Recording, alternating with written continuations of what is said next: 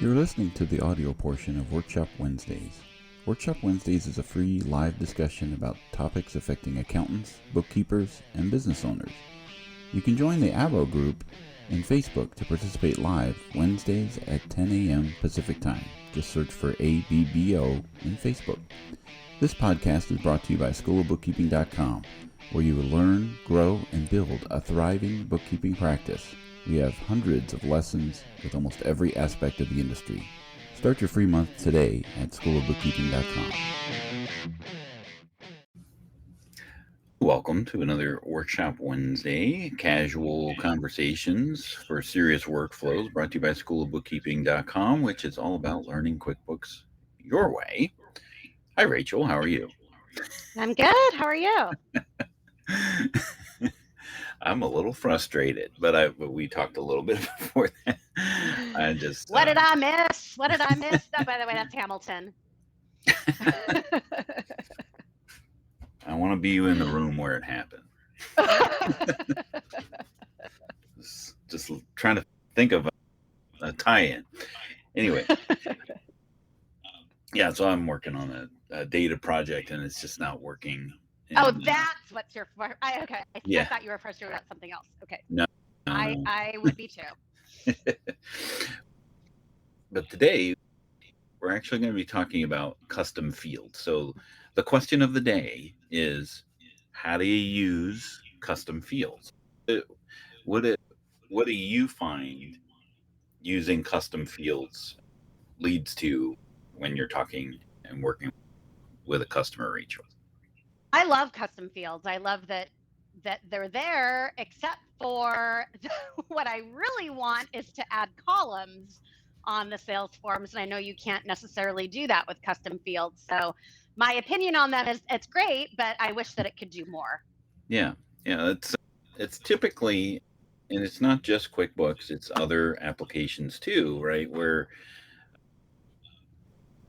the out-of-the-box functionality boils down to, here's the things that you can do inside of the workflows that you can do to track your business.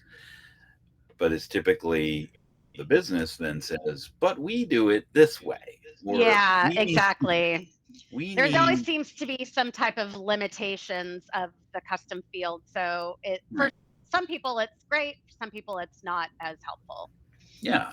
And most questions up to that nature of, I need more than what this program is allowing me to do, falls into some form of customization. And one of the out-of-the-box options is custom fields, right?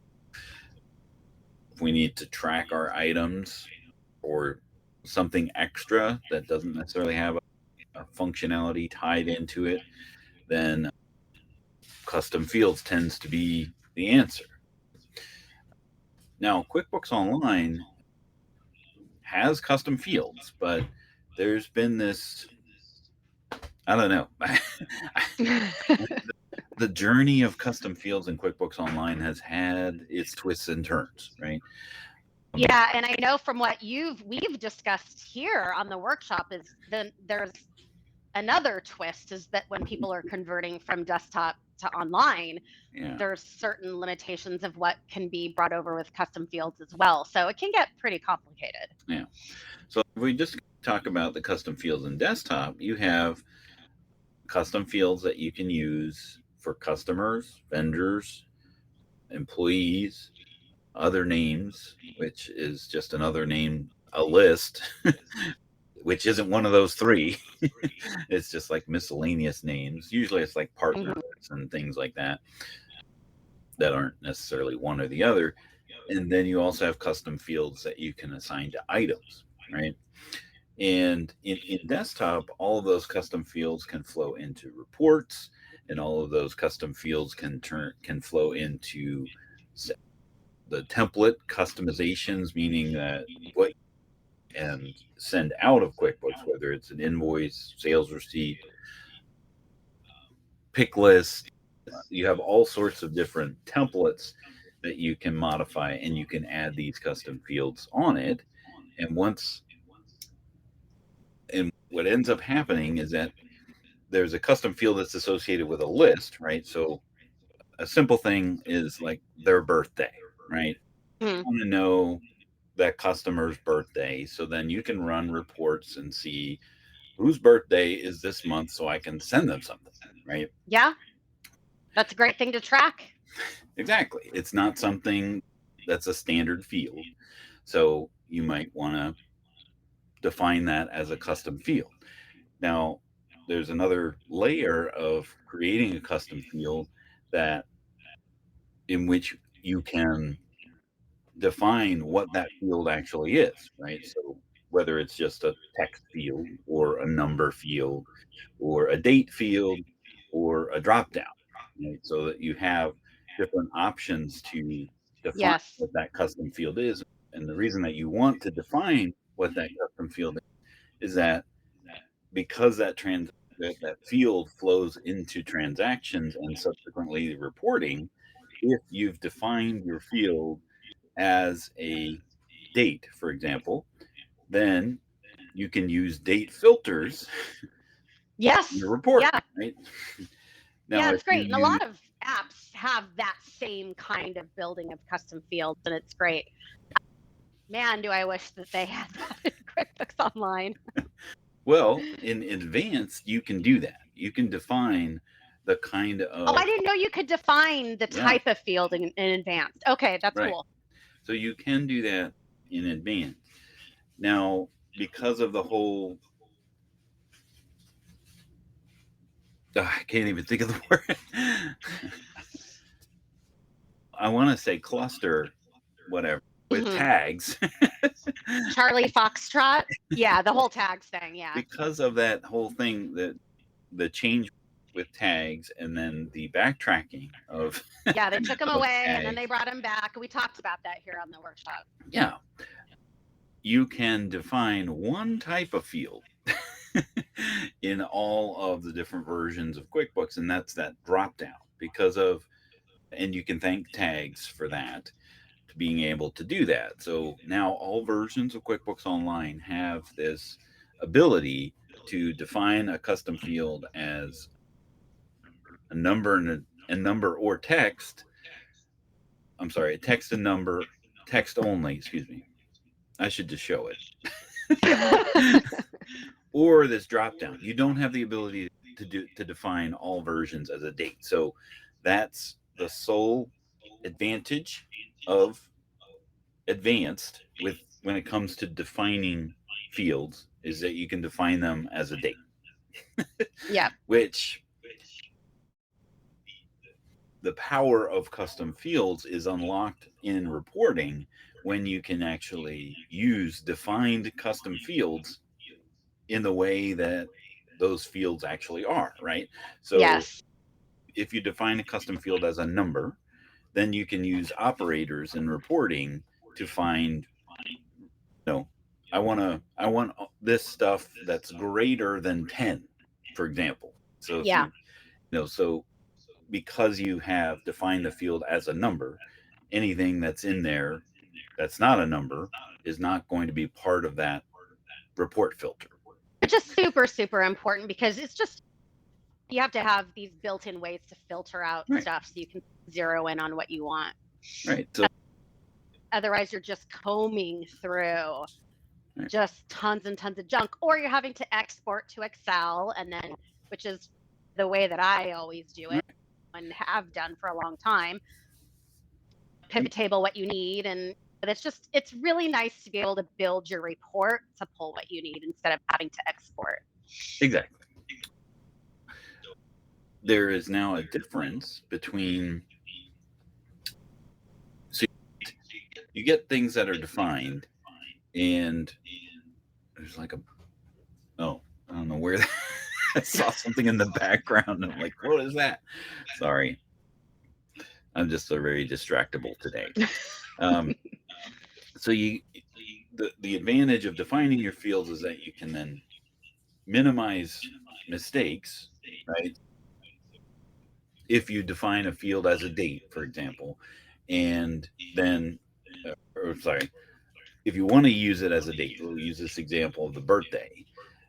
but it's defined as a free text field, then people typing in 12/31/1955 or 12/31/55, 12-31. So you end up having, Yeah, or somebody could type out yeah, December 4th, 1955, and you have unlike items. So how can you right. build a report like that? No. So the reporting Yeah. filter is not useful if you cannot define it for what you want to Yeah. use it for. Now, if that's okay, if you don't mind that, by all means, you can just use that as, and if you just want to see all of them and then make your changes, you certainly can. I don't know who would ever want that. That would Right. be a total lunatic to me. So now what we're getting to with the changes that have occurred as far as custom fields in QuickBooks Online is that there's a difference between a custom field that you associate with a customer and that custom field finding its way to a transaction. Yeah. So again, we use this example of the birthday, right? If for whatever reason you wanted to have the customer's birthday show up on the invoice, then that's different, right? That is a custom field that flows to transactions. And so most common uses are preferred delivery method or Yeah. prefer some kind of preference that you want to have flow into the transaction. Or like maybe wholesale versus retail customer Yeah, or something like customer that. That's type something that comes up for me often. is a common thing. There, customer type is a little bit of a gray area because there is a customer type drop down and not necessarily a custom field, but there is oftentimes a need for the custom field that's on the list element, whether it's the customer, vendor, or employee, to flow into a transaction of some sort. So the change is, let me share the screen. Where'd it go? All right. So just in July, custom fields have gotten a slight increase. The blog article says a major overhaul, but it's now you can have up to 30 custom fields on customers. So all versions of QuickBooks as of July 2025, QBO subscriptions, except for Ledger, right? So Ledger doesn't get anything, but Ledger doesn't have customers. So there's a reason. You can add up to 30 custom fields to customer profiles, and these can include text, number, date, and drop-down fields with up to. Very cool. So basically all of the things that you could do in advanced, you can now do on your customers up to 30 different times. So you can have all sorts of different customizations for your customers in QuickBooks Online. But there's always a but. Right? You can't use those on transactions. Certain things you might not want to put on transactions, like Right. internal customer ratings. Exactly. So you're going to have up to 30 new fields that you can add to your customers, right? So this adds all sorts of different things that you can do in as far as your customers are concerned. And it's for all versions. So even Simple Start, you can add 30 custom fields. However, the version that you're using will block you or not allow for some of those custom fields to show up on transactions. So here's the catch here is that even though you can create up to 30 custom fields on customer records, the number of custom fields you can actually use on transactions like invoices or sales receipts and bills is still limited by your QBO subscription. Mm. So Simple Start, you've got 30 customer custom fields that you can define, but you can still only use one That's of those weird. fields on the transaction. Essentials is 4, Plus is 4, and Advanced is 12. Right? So Why would they even have made it all the versions to have 30? It must have been like it was easy to apply it to all of them, so they just did it. But I don't know. That seems weird. it's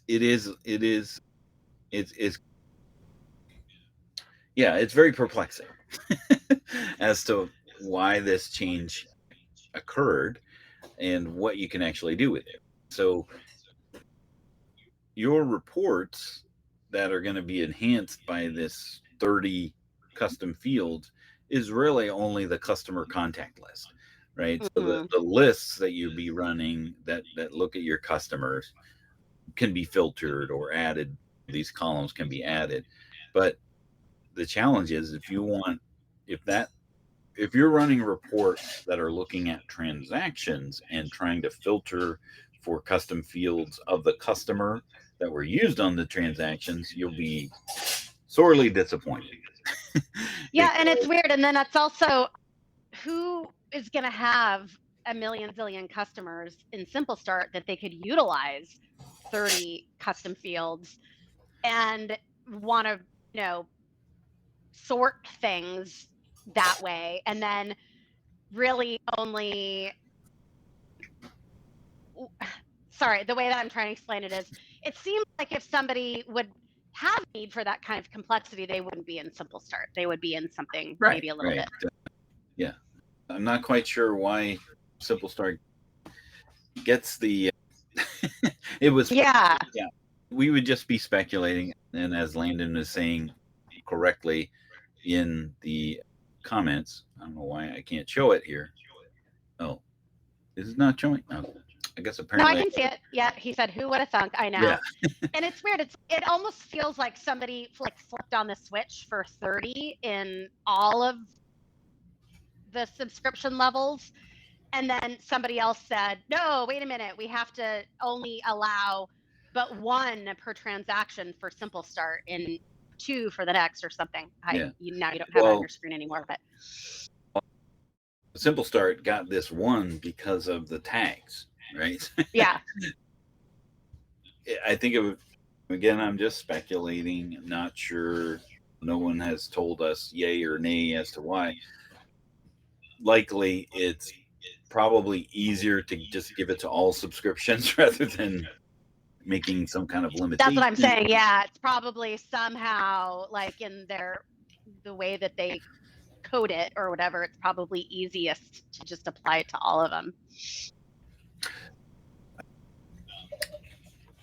So when you need more custom fields than what these custom fields will allow you to do, that this is where you're looking at some other method. That's where we get Yusuf from Crafting Clouds.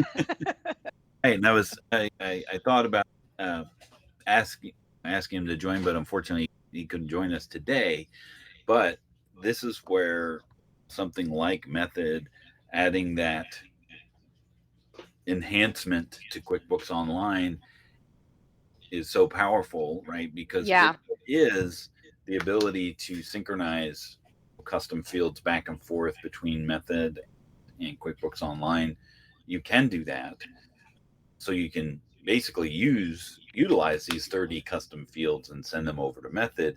But now in Method, you can actually use them on transactions, or you can use them elsewhere. So it kind of unlocks, it takes it to the next level of being able to utilize something. And then this will then allow you can then create your own custom reports based off of those custom fields in Method. Yeah.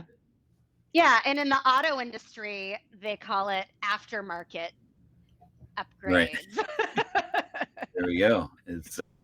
I always have to bring it back to the auto industry because of my husband. There's certain things that come stock in QBO, and they're an OEM, and unfortunately, we've got to take it to the aftermarket to customize it and add Yeah. exhaust and slant Yeah. it and add tires and add rims and all kinds of stuff. QuickBooks Online is a Jeep. Yes. And we want to trick it out so we get more ducks. Yeah, of course. We have to darken the windows and add a spoiler and Change put the spinners. fenders and Of give it an course. angry face. Yeah. I've seen those So where but the honestly, Jeep's that's what I behind you and it really, looks angry at you. yeah, exactly. That's what I really like about QBO, though, is a lot of people I feel get frustrated. It can only do this, it can only do that. Well, come on, we can customize it in all kinds of different ways. And it's really, I love it because then you can just be creative and you can connect it with all kinds of different things. And so for people like me that are a little, and you that are a little more tech knowledgeable and stuff like that, and then we get people that really know what they're doing, like Yusuf and Method, then you can really create some cool stuff. Yeah, I've turned a few people on to clients to Method, and it's like it's the tip of the iceberg, like with things that you can do inside of QuickBooks Online, because people are in like this is the way I'm going to run my business, but there's really so many other specialized workflows and things in their business Yeah. that they really can utilize. Something just as simple as I need a way for my customers to log into a portal online and make payments.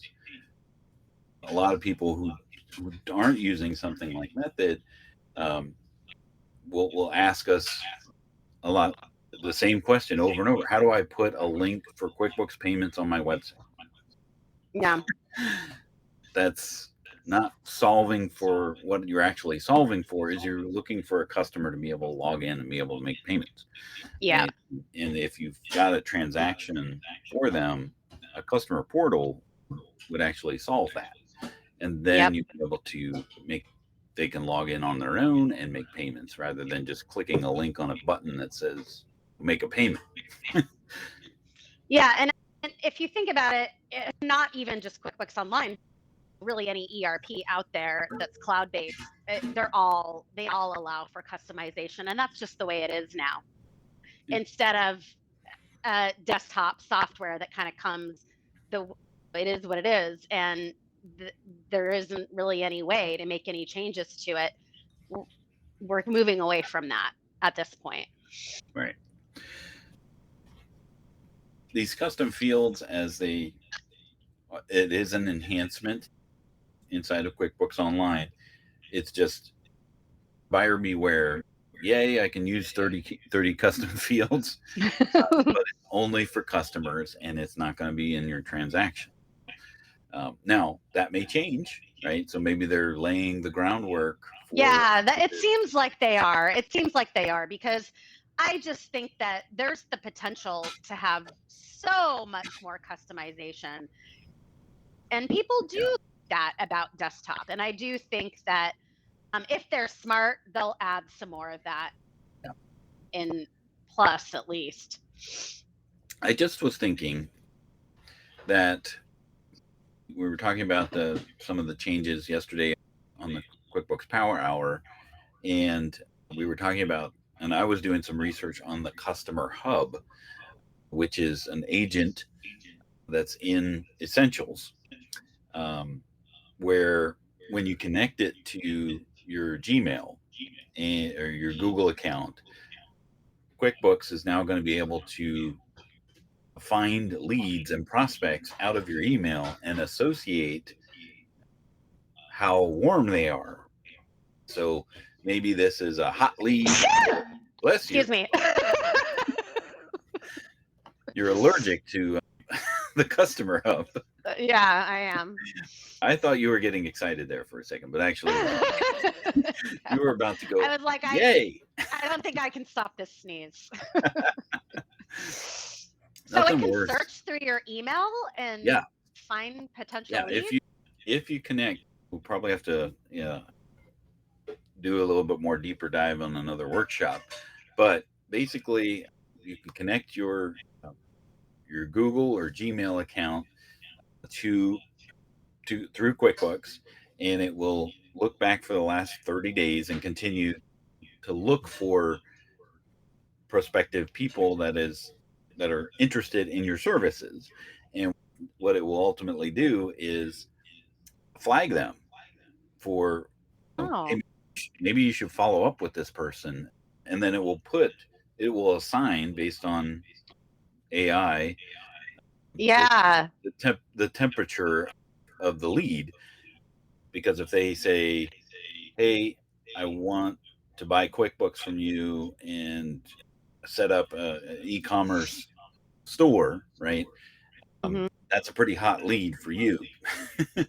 Yeah. Well, and But then if also they say, if I would go like ahead, to sorry. kick the tires, I Yeah. would like to have a consultation with you, that's a little less of a hot lead than, Yeah. Yeah. And then it's really cool because if you've built some kind of sales funnel and you've got leads coming into your email, or like me on my website, I have it'll send me an email if somebody has inquired on my website. So there's all kinds of connectivity going yeah. on that it'll help in case maybe you miss something and then it can bring it in Mhm. there. That is really cool. I love that. So it's looking for keywords, right? Yeah, it's looking for a certain demeanor of conversation, right? Like this whole Hmm. thing of AI and large language model, it's looking for more than a particular keyword. I'm sure a keyword is part of it, but it's probably being able to determine based on an email what the customer is Yeah. trying to get. Yeah, that's really cool. So if there's an email saying do not ever contact me again, Right. I hope it won't bring that one in there. Yeah. I'm wondering with all of the scammy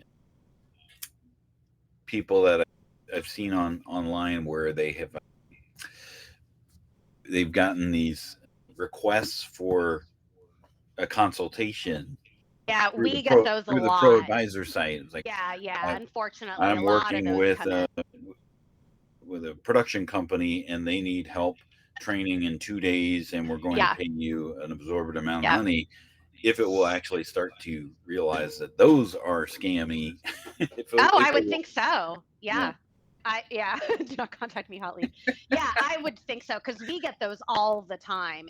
And yeah, then they change up their type of scam and then it becomes similar, but yeah, usually they always say, we here are 3 days to choose from to meet with us. And right, even though it's slightly different, they still have the 3 day format. I'm like, oh, I'm not falling for this again. yeah, yeah. And then you meet up with them, and there's some Nigerian prince. Or they only want to pay you in gift cards. Right. Yes. I need gift cards. That's really all we wanted to talk about today about custom fields. It is something to be aware of, right? That in and likely with the onset of this customer hub, it may allow you to create these custom fields, or it may create these custom fields for you for all of this kind of stuff. It remains to be Yeah. seen what actually this may turn into, and as to why 30 was the number that was given.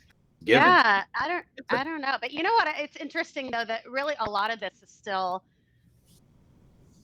in the spirit of database building. It's not you still have to put in to that work to create the output that you want. And so even though AI is still involved in things and very helpful and moving into certain parts, it still takes a lot of work to build the outputs that we want. And this is all still part of it. So it's things are still not like at the touch of a button and give me exactly what I want. We're not there yet. Yeah. Yeah.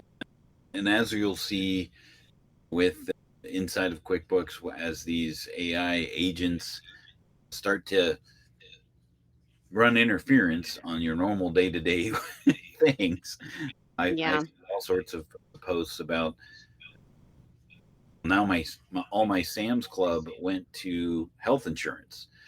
Yeah. Stuff like that, where it's like a step back in order to move forward. I think we're in that grace period Yeah. where technology and it's not as accurate as No. we would think, and then we're doubting it. But think of like how easy it was to spot AI generated images just a year ago. People with hands were an issue, right? Like where people had 6 fingers or missing appendages, or they were backwards, things like that. And then now it's like getting really hard to determine what is real and what's not, as far as I what's still being feel like I can tell, but I don't know. it. But I do think that although it is improving, but I still think that always remember it's still, even if that stuff does improve, it's still a tool. It's Yeah, not going to do the job for us. yeah.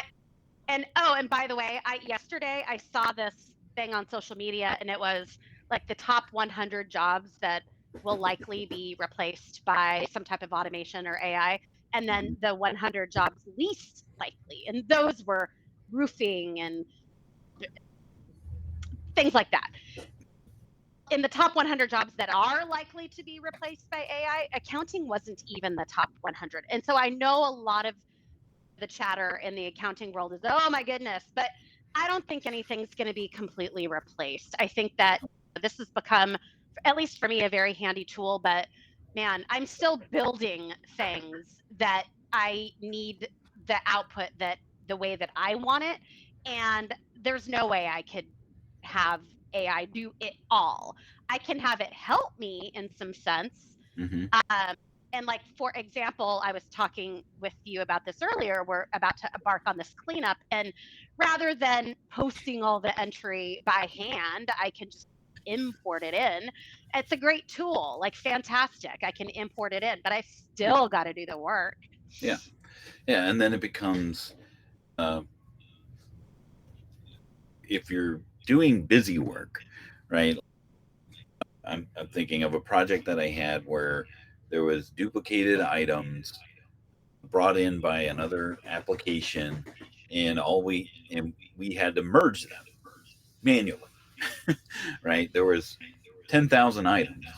Just say there was 2,000 items, and we had to merge them. About 100 in is where you start. There's got to be a faster way than Yeah, than doing this individually, and this is where you start to question, and then you start to go down this rabbit hole of what else could do this, and then meanwhile you're wasting time that you could have got 100, 200 done more if you'd just done it manually, while you're going down this rabbit hole trying to find a better way. And then yeah, yeah, it's this back and forth of, is the juice worth the squeeze when it comes to finding a better way to do things? And is it going to be something, are they all one-offs? So do I find something that solves for this, and this is the only thing I can use it for? And then you end up being like, okay, that was a waste of my time to save yeah, time on this job. exactly. And I think for example, this one that we're going to start working on, it bit of a sorry, the word I'm trying to think of the word I want. Not fast or rushed, but a bit of a sense of urgency. And if I wasn't able to use automation, it would take me 10 times as long. Yeah. So I'm able to deliver a quality product to the customer faster. I still have to do the actual accounting and make sure that it's correct, but I can cut down on the data entry like so much more efficiently than I would have before. So for me, it's all it at this point. I've been using automation and AI for a long time, and I'm pretty skilled with it. And even for me, it's not replacing what I'm doing. It is adding, much like the way that we think about an iPhone. Before we had 3-4 different products. It's now been combined into one thing. It's more efficient. We were supposed to gain all this time, but now all we're doing is scrolling on these iPhones. You know, you have to take it with a grain of salt. So I do think that if people can make them, this is launched into a whole other conversation, but if people can be a little bit more creative and display their worth, oh, hey, now I'm more efficient, but I can also add on this for you to show I'm still worth the investment. Then I don't think it's going to replace anybody. It's really going to enhance, I think, the deliverables that we can do for our clients. And it really just boils down to what are you doing with the time that you're saving, right? Because this is when we talk about, I can't remember the guy's name, but it's the hierarchy where you have urgent and important, right? Like there's things in the world that are urgent and there are things in the world that are important. And we end up getting stuck on urgent and important rather than not urgent, but important, because those are typically the things that are worth doing. But we end up being this fireman of trying to put out fires all the time. Putting out fires, yeah. But if you add this other layer of significance to urgent and importance, then it makes it more clear how saving time will allow you to move from urgent and important to not urgent, but still important. And into a more creative space where you can actually like, oh, this is neat. I can learn about this, put this together, think about your work in a different way. If you're a business owner, you can imagine different things and you're not constantly stuck in the putting out fire mode. And I'm a big fan. Yeah. Oh, I was going to say something else, but forgot. No. Apparently it wasn't important, but it became urgent because it came up. I know. All right. So next week we're going to be, I just created it and I can't remember what it is. It's modern reports. So we're going to talk about how these custom fields flow into reports, and we'll talk about some of the gripes and concerns about the modern report view that we want to kind of lay that out and talk about that next week on the workshop. So thank you for joining us this week, and we hope you all have a great week, and we'll see you next time on the Workshop Wednesday. And that wraps up another insightful episode of Workshop Wednesday, brought to you by Schoolofbookkeeping.com. We hope you enjoyed today's discussion and took away some valuable tips and strategies to enhance your bookkeeping practice. Remember, if you want to stay ahead in the world of bookkeeping and accounting, be sure to visit Schoolofbookkeeping.com.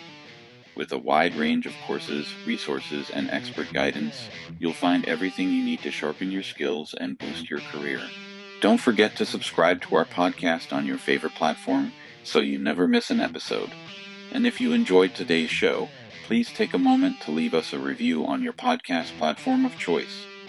Your reviews help us reach more listeners and continue to bring you the best content every week.